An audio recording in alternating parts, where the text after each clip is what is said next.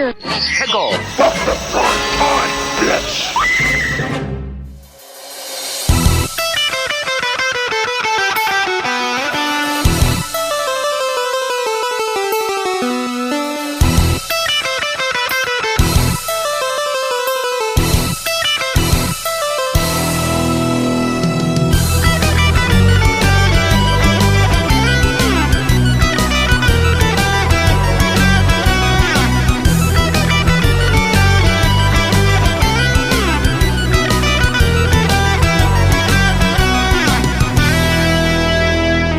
Okay, here's a big one.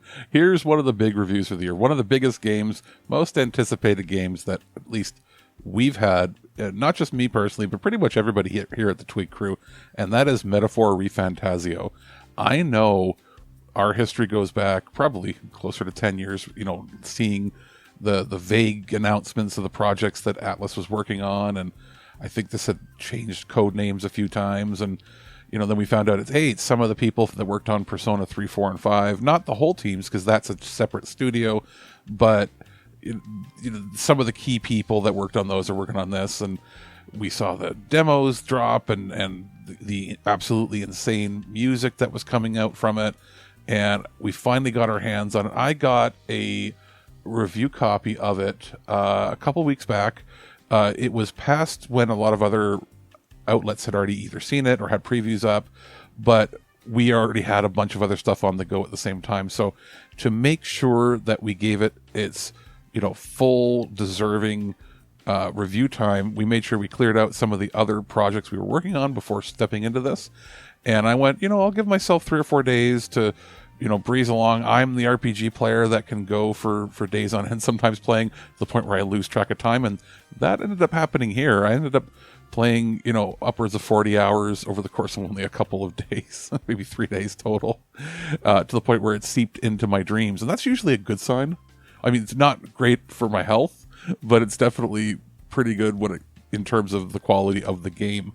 Now, I will not do any major or even probably minor story spoilers here because it's a heavy story-driven single-player game, and I want you to experience it for yourself.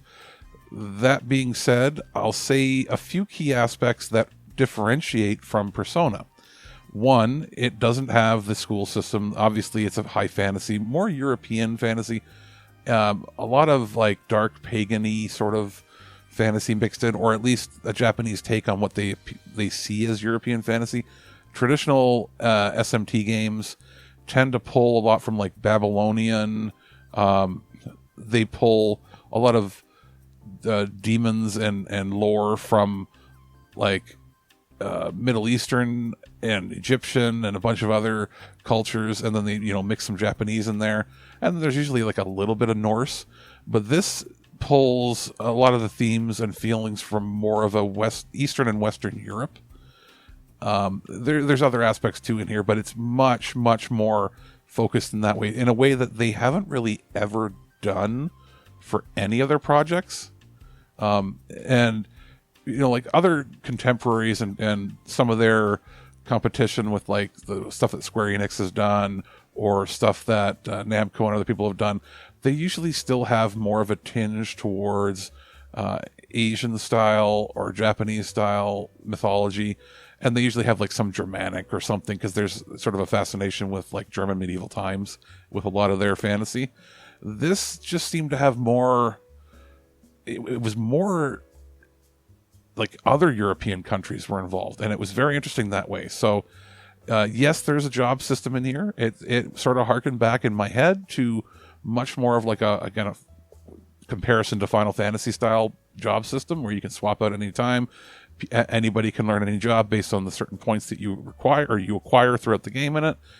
You can level them up. They give you different abilities. You can combo in and out different abilities. You can add mastered abilities to skill slots, that the more higher level you make your bonds with people, the more slots arrive that you can then piece together with other things. So you could make yourself a master class for each character that you like. I would say, for me personally, I preferred the main character to stay on the assassin class. I just found that was like my big damage dealer eventually.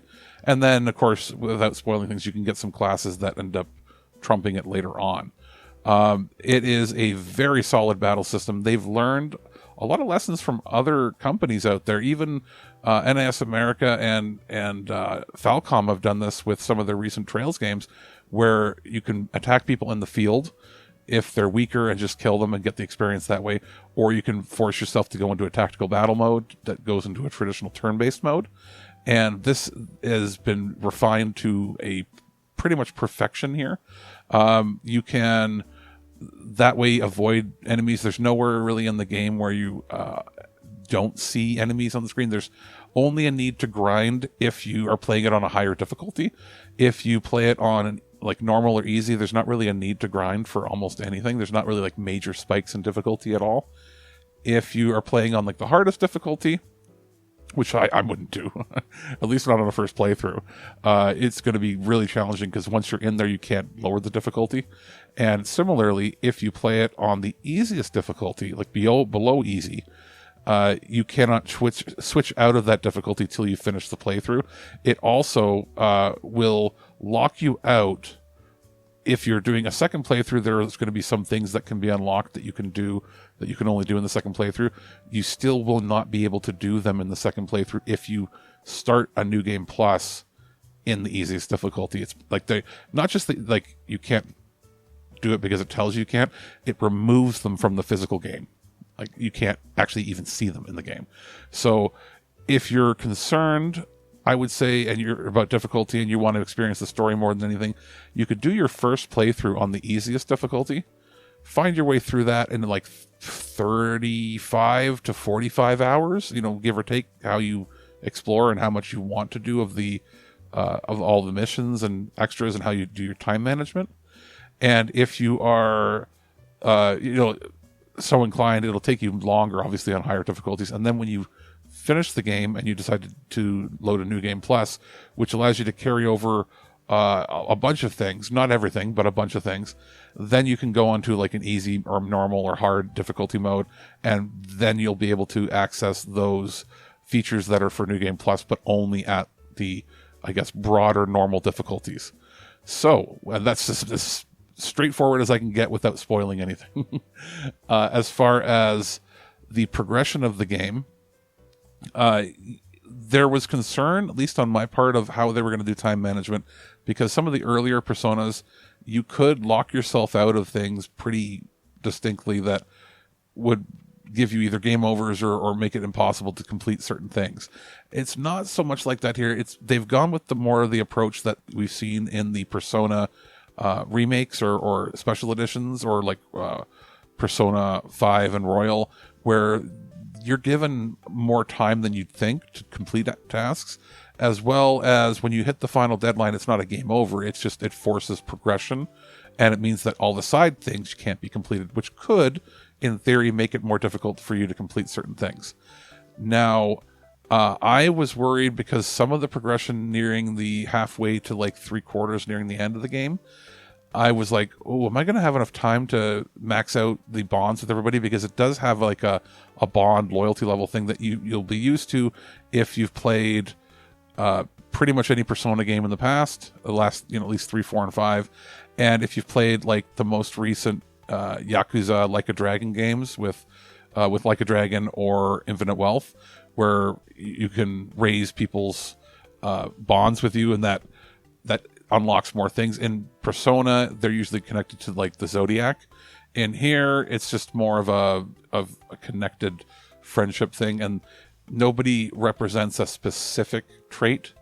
They're just sort of connected to you through the use of the archetypes, which is their way of saying the jobs, which in turn are the equivalent of having Persona, except it's sort of like if you mix the Persona game mechanic system with like Final Fantasy 3 or 5's job system.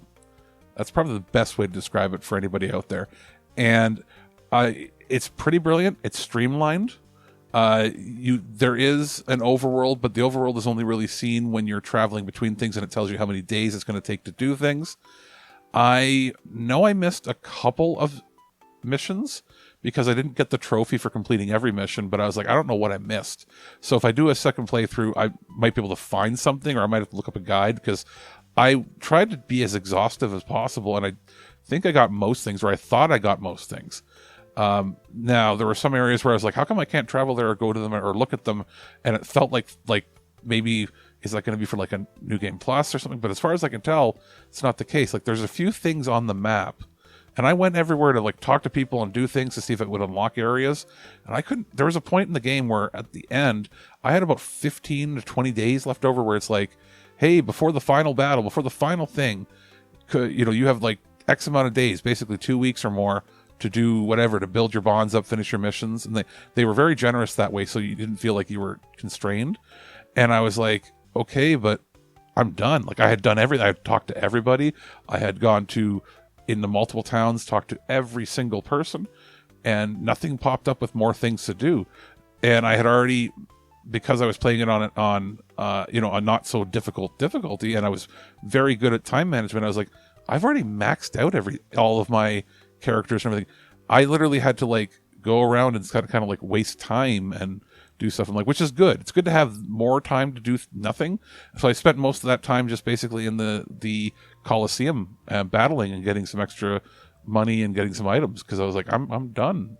But I in my head, I'm like, there has to be more. So maybe I didn't trigger something that could have given me some of the extra missions, but regardless, still had a great time, and I'm just happy that there was room at the end. So don't worry. If you start to get to the end, you're like, I don't think I'm going to have time. You will eventually have time to build everybody to max. It's sort of built around, it's not like some games where they have it built in so that you can, unless you do it absolutely perfectly, you have to do a second playthrough to raise people's bonds. This is designed in such a way that you will be able to raise everybody's bonds. And without doing any spoilers, last couple of bonds didn't appear, like you sort of see them, question marked, and you don't know who they are. And I was like, is there going to be enough time to get them? Because I was getting close to the end of the game. They appear fairly far, like 80% into the game or more, where you'd think that would be it. One of them is like 90% into the game.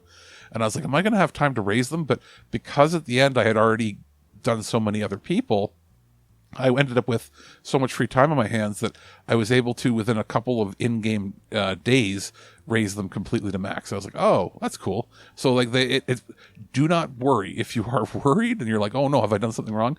The game has a smart design that way for the time management. Much more so, like, you never feel like you've completely missed out on something unless you really screw up. There's not a whole lot of thought you have to put into it to do time management, which is great. If I had any criticisms for the game, it is that some of the dungeons, they mentioned, hey, this is the most dungeons that we've ever had in any SMT game.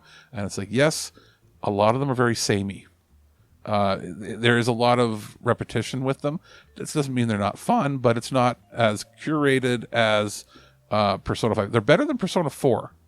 A lot better. But they are not as curated as Persona 5. So this is a game where you would think, hey, this is a big AAA game. This is a AA game, but it's really punching above its class and approaching that top tier AAA. Like, you could tell it's just that rung below Persona 5, but it's better than almost everything else out there. So that's not a knock at it. Just know that if you were expecting like Persona 5 Royal levels of polish, it has the art design. It has a lot of the features here. It has a lot of great voice acting. Most lines are voice acted, but it does have some streamlined aspects that feel not rushed, but feel like they're not as robust as Persona 5 was. And, part of that might be the marketing, because it's been marketed as something made by the Persona team, and it's not. It's a different studio within Atlas with some of the key people that made Persona 5 and 4 and 3 in sort of leadership positions helping direct the game.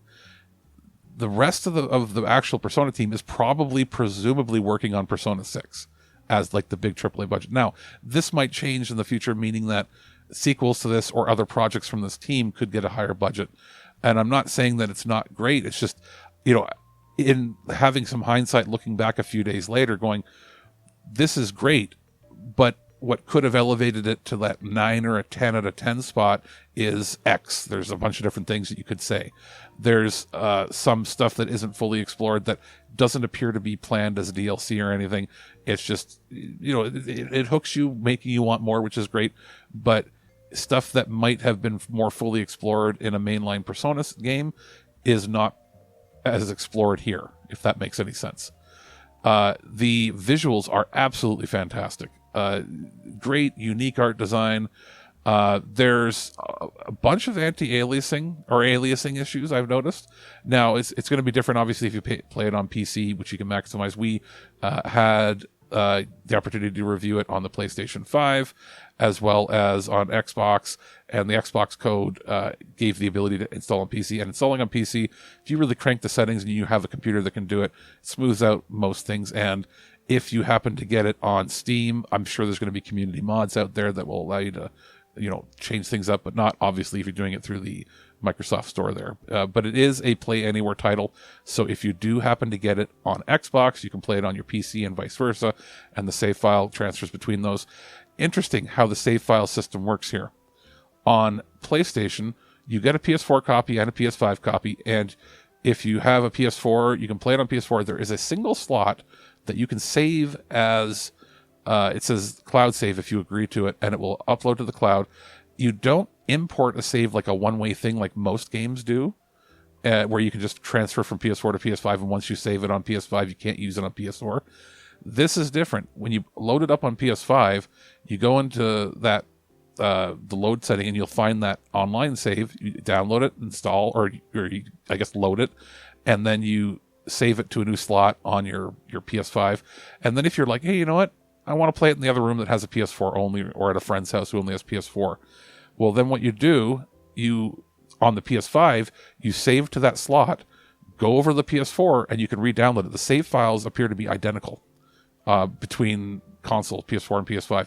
It's just that one slot can be shared between them. So it's interchangeable the whole time. It's not just a one-way street. So that actually helps a lot, because not a lot of PS4/PS5 cross-buy/cross-play games really do that.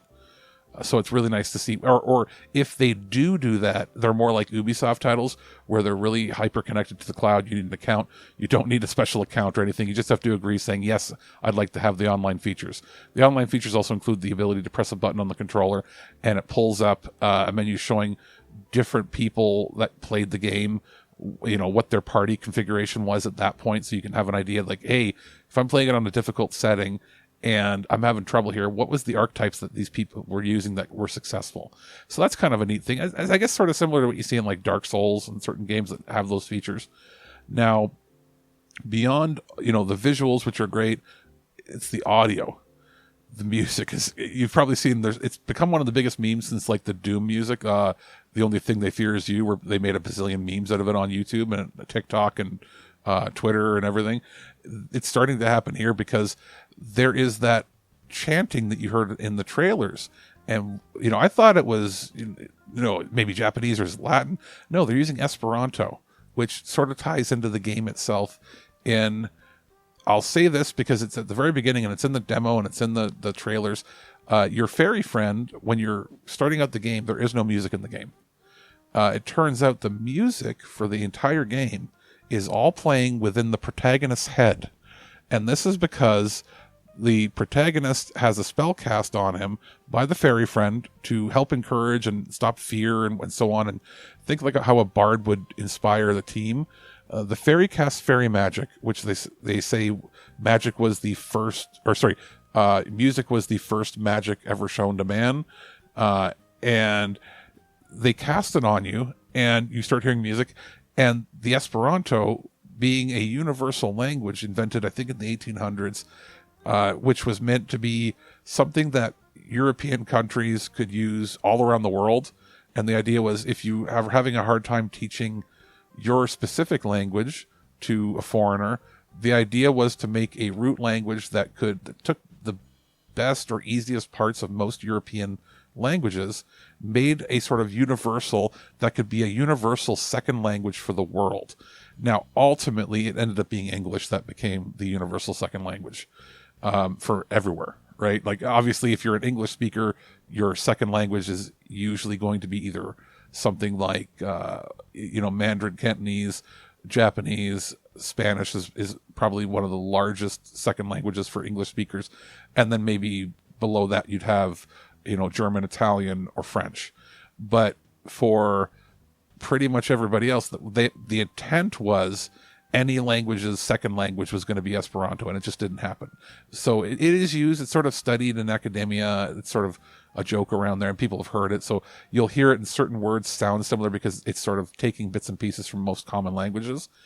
And in this, the Esperanto is chanted, and the idea is it's not that you're hearing a singer. You're supposed to be hearing the magic of the fairies being chanted. So think of, in like Dungeons and Dragons and certain things, the idea is that the caster, while casting a buff, the idea is that like the bard or whoever has to keep singing to keep the buff going.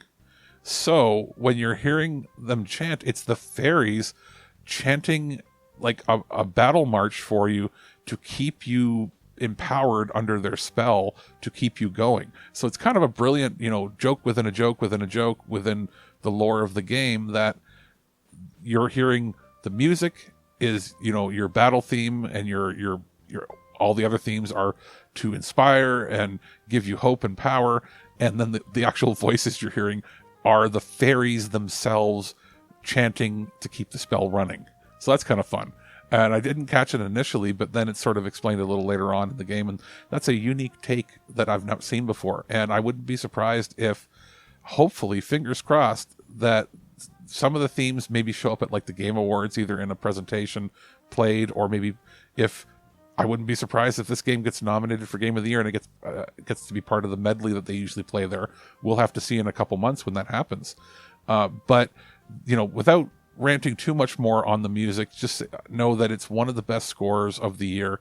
It's going to be in high contention for the best score of the year between this and probably Final Fantasy.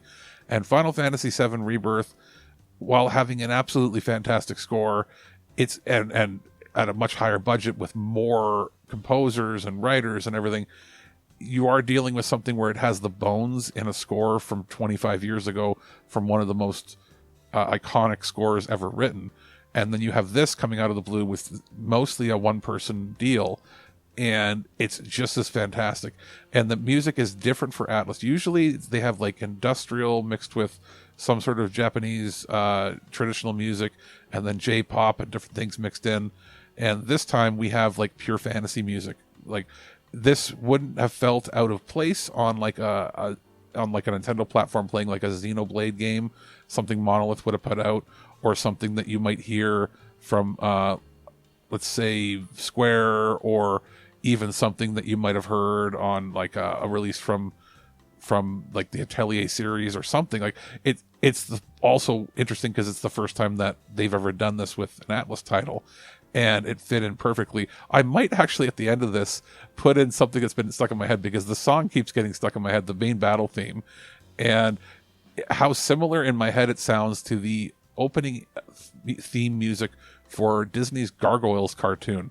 And like in my head I hear the Gargoyles cartoon, and then it sort of smashes into the theme for the battle theme here. So maybe I'll splice together a little something at the end, and just so you can hear what I've been hearing in my head for the last week or two.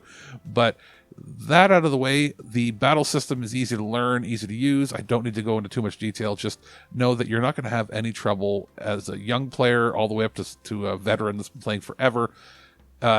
There is nothing, I would say, objectionable in the game if you're somebody who's concerned about it being overly bloody or gory. There is some blood in it. It's not overly gory. It's not, a shock fest. It's also not something that has like an abundance of nudity or objectionable stuff in it. Traditionally, SMT games have gone into almost fetishistic kink territory, like there's monsters that look like penis monsters and different things, and these are mature rated games, and it's just sort of known. And I was like waiting for one of these things to show up. Nothing in here, nothing at all. It's much more like teen-rated fantasy. There's obviously mature themes in here, but everything is kept much more concise and tight for a broader audience than what you might see in like the really dark themes of the SMT stuff and even some of the stuff that you see in Persona. So I think it's a great entry point for anybody that wants to get into Atlas games. It's a good year for turn-based RPGs. They're finally coming back. We've got more coming in the next few months, I think, from some other companies, but this has been a very good year. It's going to be a very hard year to decide when we do our final list of what the best game of the year is. It's also going to be even harder if we're just trying to decide what the best RPG of the year is. So I am very impressed with this. You will get your money's worth out of it. I do suggest you play the demo, because the demo on whatever platform you play on, when you save it, you can directly import the demo into the final game, and that's the best way to see if it's a game for you. But I do recommend it to pretty much everybody. Are you old enough to read? Do your parents mind if there's a little blood in it in the game, but nothing else really objectionable? Then you're probably going to have a good time with it. Like, it's fast paced. It doesn't feel like a slow grind at all. There's always something to do. The characters are all interesting. Everybody has a unique, interesting personality. There's twists in the story that you do not see coming right away, which is a hard feat to do with a lot of JRPGs. You really don't know where things are going in this. And that, all sort of amalgamates together to make a really fantastic game, and something that, has really started to show. It already sold over 1 million copies in its first, I think it was its first day.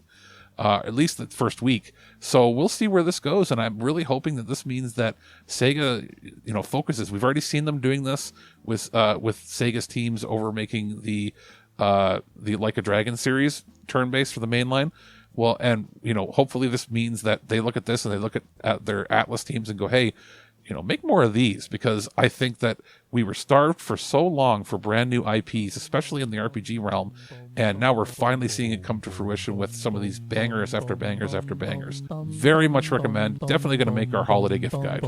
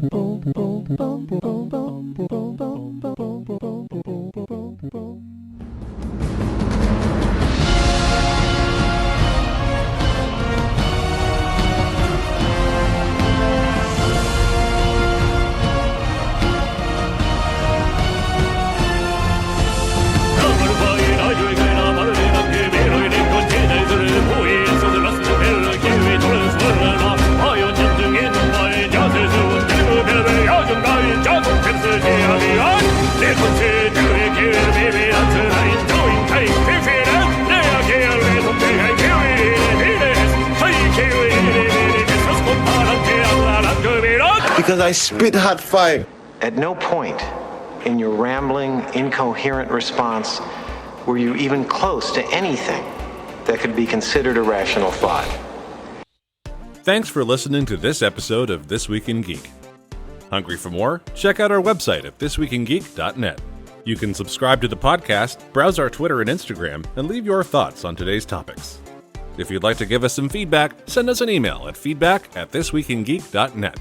Tune in next time, and remember, lower your shields and surrender your listenership. We would be honored if you would join us. Thank you for your cooperation.